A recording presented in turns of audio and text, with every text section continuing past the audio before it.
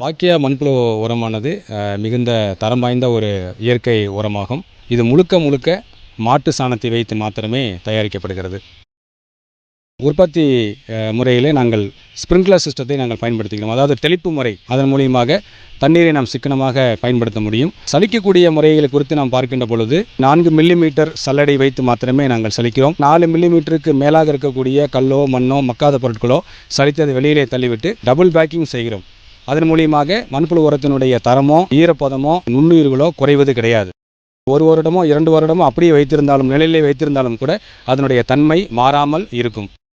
தமிழ்நாடு வேளாண்மை பல்கலைக்கழகத்திலே நாங்கள் தர ஆய்வுக்கு உட்படுத்தி அதனுடைய அறிக்கையும் நாங்கள் பெற்று வைத்திருக்கிறோம். காய்கறிகள், பழமரங்கள், பூச்செடிகள், தென்னை மரம், வாழை மரம், கரும்பு, நெல் இது போன்ற அனைத்து விதமான பயிர்களுக்குமே எங்களுடைய பாக்கியா மண்புழு உரத்தை நீங்கள் பயன்படுத்திக் கொள்ளலாம்.